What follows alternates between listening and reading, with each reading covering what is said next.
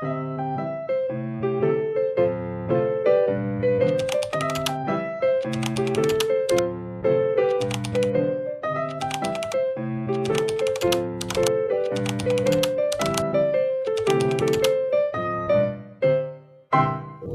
day everyone, so this is Anabia Quintanar of Little Ed 2A. So I'm going to tackle about the one of the intellectual revolutions, which is the Freudian Revolution.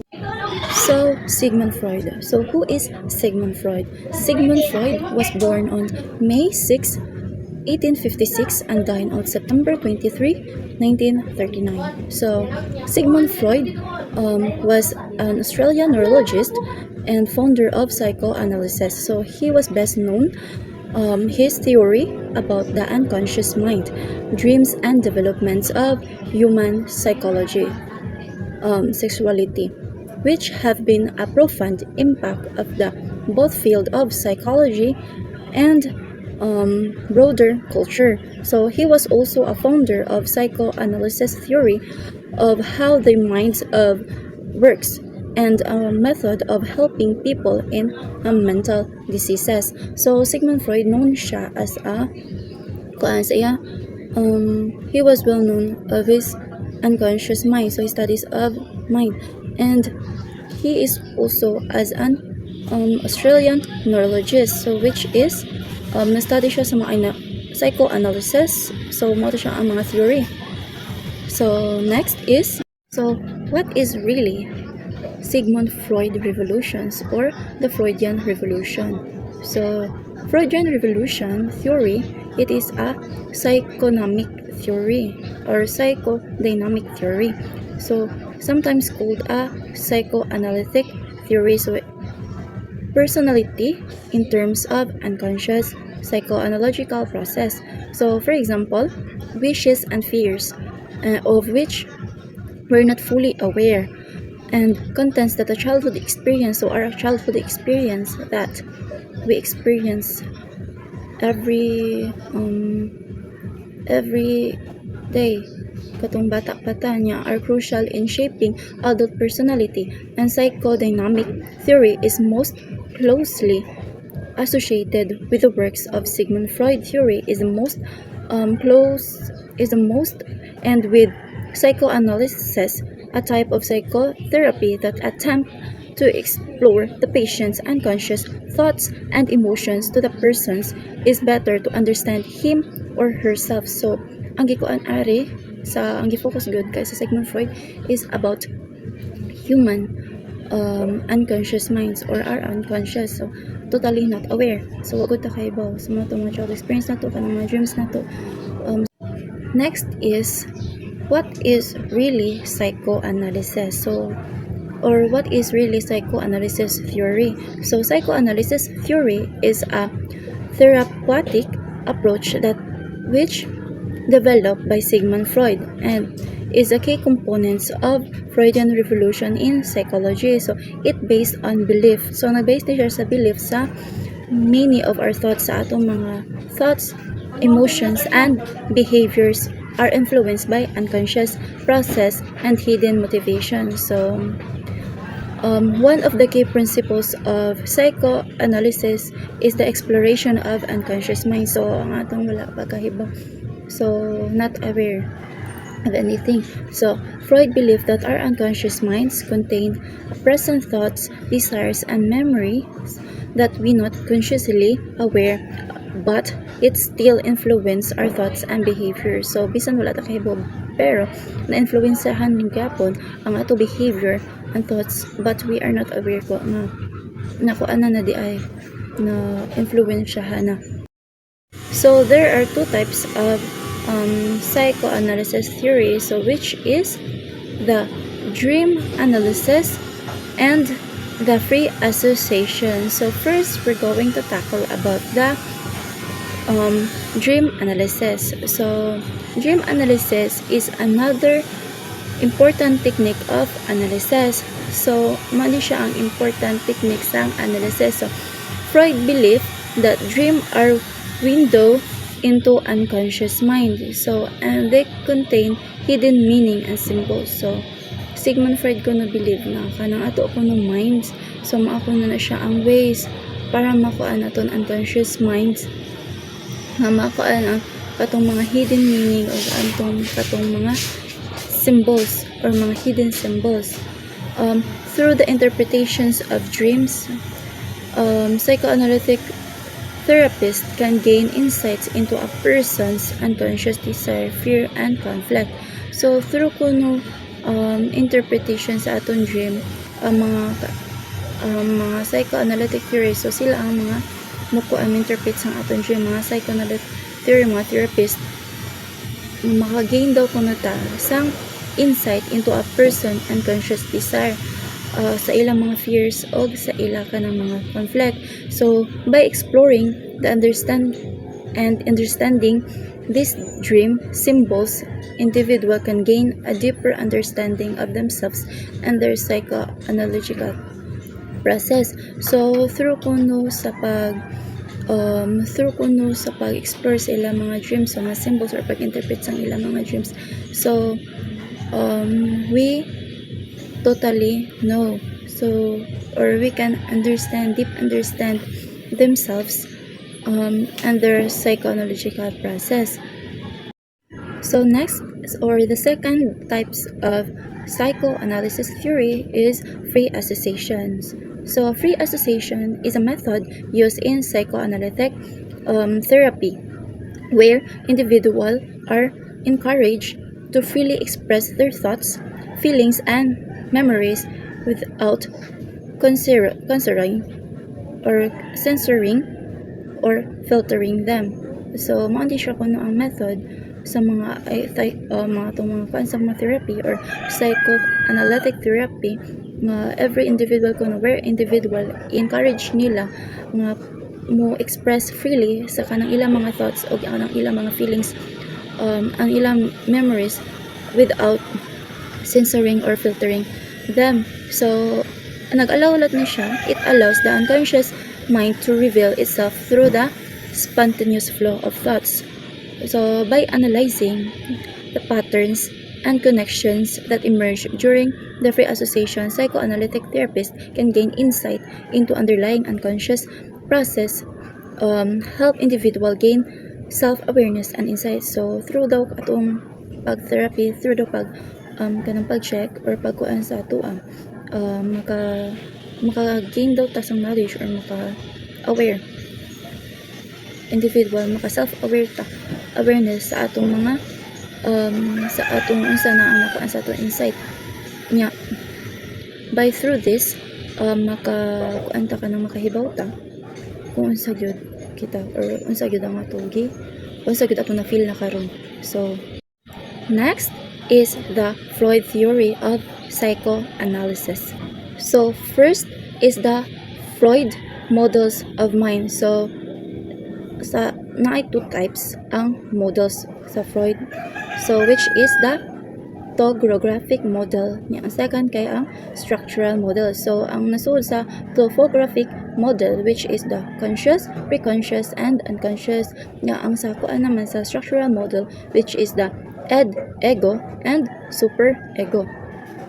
So first, we're going to tackle the topographic model, so which is ano to siya, ang conscious, preconscious, and unconscious. So when we say conscious, states of being aware and responses to one's surroundings. So when we say conscious, so we are totally aware kung saan nitabo or kung saan na siya, kung asa tapadong nga, we were totally aware kung saan na kanang, for example kanang adto ta sa kanang ibang lugar. So we are totally aware kay bawo na ta kung saan ilang traditions, kung saan ilang mga pagkaon dito, kung saan ilang mga culture dito. So mao na siya. So next is a preconscious. When we say preconscious, is accessible memories contain thoughts and feelings that a person is not currently aware of, but which can easily brought to unconscious and easily to retrieve into conscious awareness. So when we say preconscious, we are not totally aware but familiar sa ato. Like for example, when we say ay ihatag mo words sa ato nya na encounter na nato but wala na ko ana nato. So familiar ra sa ato nahuna, but we are not totally aware kung asa gud na siya. So pero kung ingnan ta, so makaibaw na ta, dali ra ta makakuan kay tungod familiar na sa ato nya. Next is unconscious mind. So when we say unconscious is the important part of the mind, is the part you cannot see, information that you are not aware of but impact and control your personalities and the primary source of human behavior. So like for example, kanang wala ta kaybaw nga gigamit ra dito sa mga tao, okay sa ato nakiklose sa ato but we don't know na lahi diha iya intention, ada siya intention mauban sa ato so that is unconscious mind. So next is the structural model. So when we say structural model, so mauni siya ang katong mga naay id, ego and superego. So when we say it is the most aggressive of the three structures, concerns with the instant gratifications of a basic physical needs and urges the unconscious mind. So the structures of mind that say I want to do now. So kani siya ang example ani kay kanang like for example, ganahan ko mo adto sa shopping or ganahan ko mo shopping. So mao ni siya. And also ang id mao na siya ato ang primal instinct. So mao na siya ang aggressive. So ang ego naman kay is a rational and a pragmatic part of personality, as it pacifies both id and superego. So the structures of mind says maybe we can compromise. So for example, katong sa ed kay ganahan ka mo adto shopping, sud na dayon diya ang ego. So mga na siya, if mo shopping ko may makapalit ka ba dito, maka napabay mahabilin sa imo nga na if mo adto ka nya kanang next musuod dayon diri ang superego. So when we say superego kay is the most rule govern structures of the mind that concerns with the social rules and morals. It is often called a conscience or conscientia, so siya, or a moral compass, the structures of mind that say it's not right to do that. So mao to siyang shopping nya, wala kay kuan nya madto kay shopping nya musud ang ego nga may anak ka kanang maadto ko nya mamalit ka sa mga needs nimo nya musud ang superego nga maayong dayong superego nga kanang unsa pa may mabilin sa ako if maadto ko nya maka-afford nga or may kuan pa ba kanang musud din hinga kanang ana na lang ka mo pawag sunod na lang if kanang naa na gyud kay budget or naa kanay kanang kuan gyud na nga makapalit gyud ka sa imong needs. So ang superego mo ni siya ang sense of morality. First ayon sa to ang edi kay amo to siya ang primal instinct or the aggressive part nya. Ang ego kay is a balance of two. So mo ni siya ang tunga-tungaan sang edi og ego. Now when we say superego kay sense of morality or ato mga or ato konsensya. So next is the psychosexual theory. So kato ang psychosexual theory, it means it develops through the series of a childhood stage. Sigmund Freud proposed that personality developed in the childhood takes place during the 5 psychosexual, which are the oral, anal, phallic, latency, and genital stage. So we're going to tackle kana ng mga 5 psychosexual stages. So now we're going to tackle to katong mga 5 stages sa Sigmund Freud psychosexual. So ang first sa stage niya mo tong oral stage, which is 0 to 1 ang average sa age niya. Diri kay ang children derive pleasure from oral or activities including sucking and tasting. They like to put things in their mouth. So kani siya nga stages. So mao ni siya nga stages ang kanang ang mga bata mao ni sila hilig na sila musaking kung sa ila makita mao ilusod sa baba. So bantayanan jud ni sila nato kay tungod kanang daghang may tabo if kanang daghang may tabo sila if ang pasagdan lang nato mga bisan sa lang musud sila kanang baba. So mao ni siya ang stage nga kaan kaayo nga kanang ang mga bata hilig kaayong bisan sa lang ang ilang makitaan bisan sa lang ilang makitaan niya isud nila sa ila kanang baba. So next is the anal stage. So when we say anal stage, so mao ni siya ang average range ani or sa mga age range mao ni siya ang 2 to 3 years old. So mao ni siya ang children's begin potty training. So mao ni sila ang kanang mao na ni sila ang kanang praktisan mga bata sa pagkalibang. So mao ni siya ang kanang hilig ni sila kung di natong bantayan mao ni sila kanang ila duwa-duwaan ang ilang mga pot or mga po nila or kanang tain nila. So mao ni siya nga ang kanang stages. So bantayan gid nato sila kay tungod kay mao ni sila nga kanang wala ni sila kay baw nga ugaw niya ila kapika po niya ang uban kay ipasaksak pa sa baba niya. So next is the phallic stage. So sa phallic stage mao ni siya ang 3 to 6 years old ang naaari niya.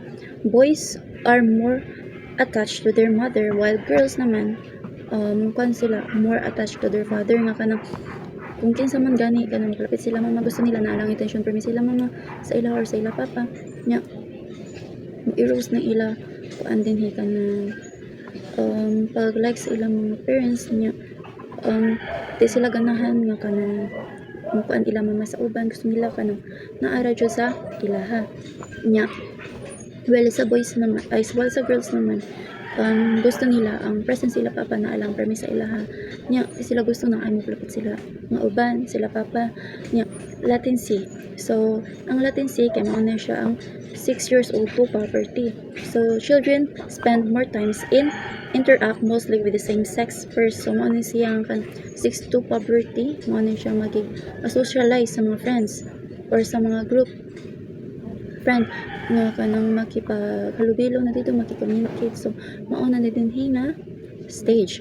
So next is the genital stage. So sa genital stage ang sa genital stage mao ni siya ang beyond puberty. So mao ni siya ang individuals are attracted to opposite sex. So mao ni siya ang magibog-ibog ng buyab-buyab na. So mao ni siya nga ma-arouse ang ila kuan sa usa pa katawo meron ang ila feelings sa katawo nya. Mao ni sila ang kanang kuan sa kanang mapana kanang mayab na uban maibog-ibog na. So mao ni siya nga stage. So what is really the impact of Freudian revolutions in the society? Unsa man gyud ang impact ni Freudian or ni Sigmund Freud ang sa iya revolution sa aton society? So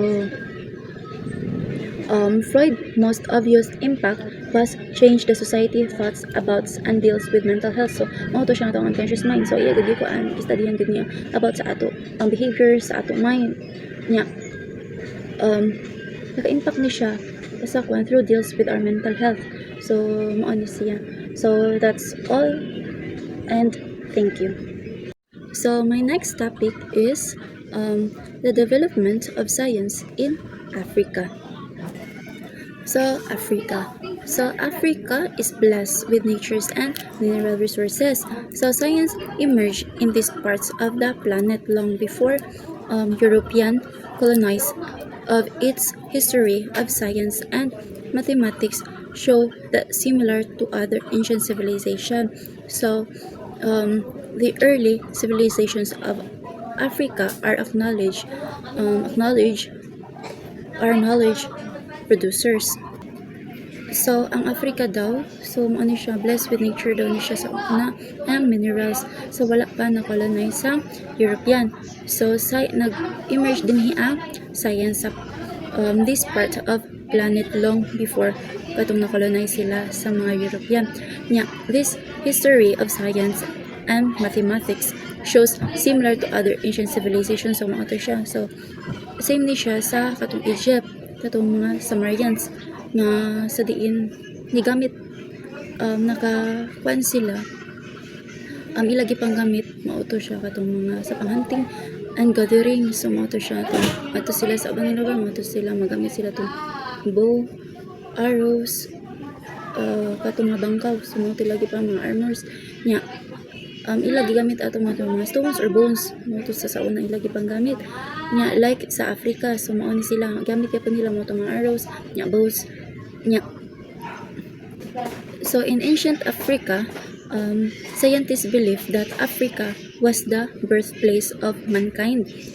By 100,000 BC or before Christ, a modern human live in hunting and gathering. So mo takin man ganiha to magather sila pag food or mo kuan sila mo hunt nya. Same sa Egyptian or Sumerian sa una nya. From Africa they spread to Europe. So nakuan sila na spread pinagi sa Europe, katong na-colonize sila sa Europe. So by 500,000 farming has spread to the North Africa. So people herd cattle and they grow crops. So mo to siya kanang versa sa Sumerian sa una ang kanang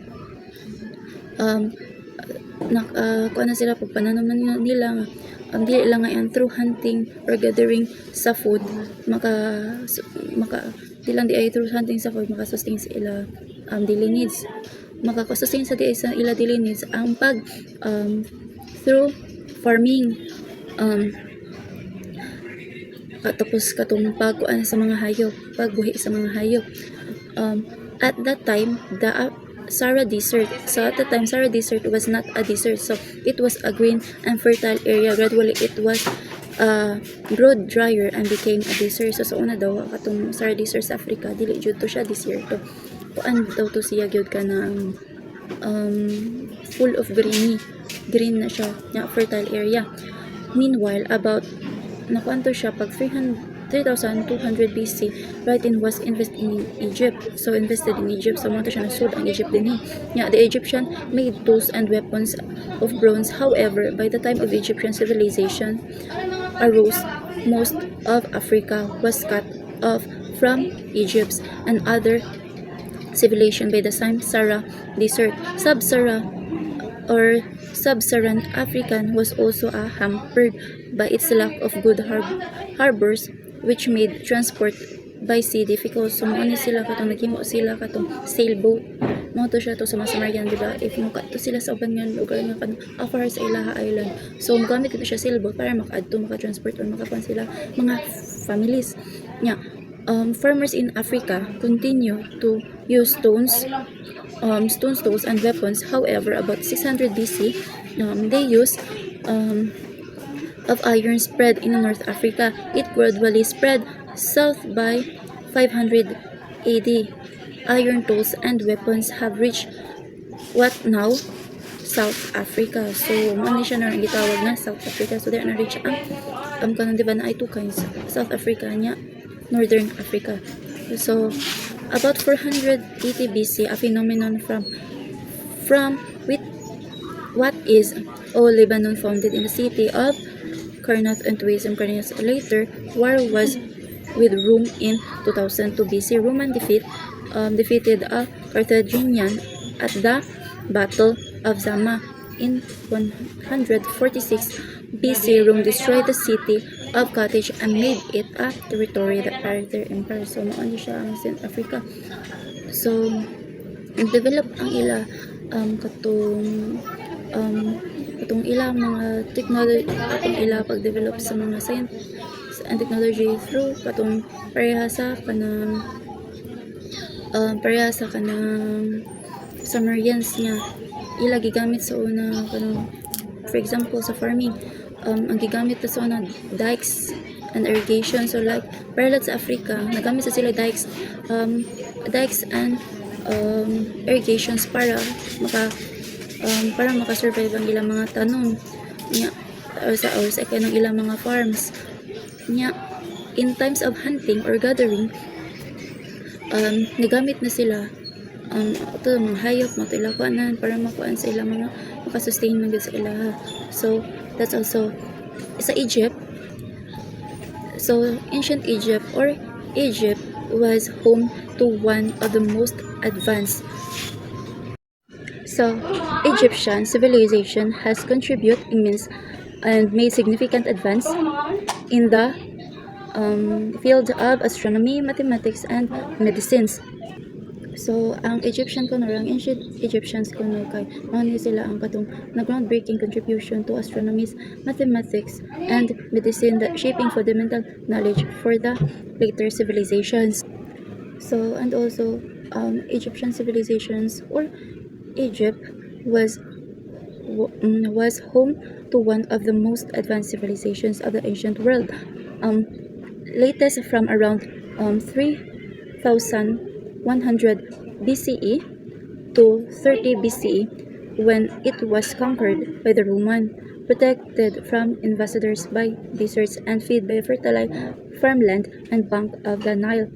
The Egyptian civilization survived for thousands of years with few major changes. The ancient Egyptian left behind many clues about their ways life, from a giant temples and a pyramid to status painting and mummies and pictures of writing called hieroglyphics. So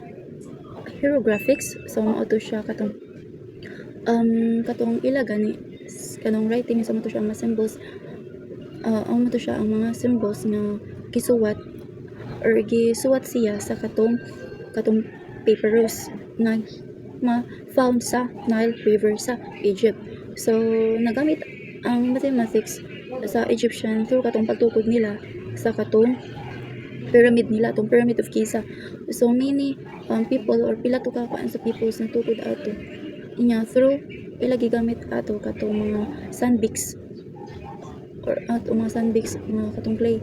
So man to ila gigamit para matukod na siya ang kanang pyramid. So that's we call Pyramid of Giza, na usa na karon ka napay sa 7 wonders of the world.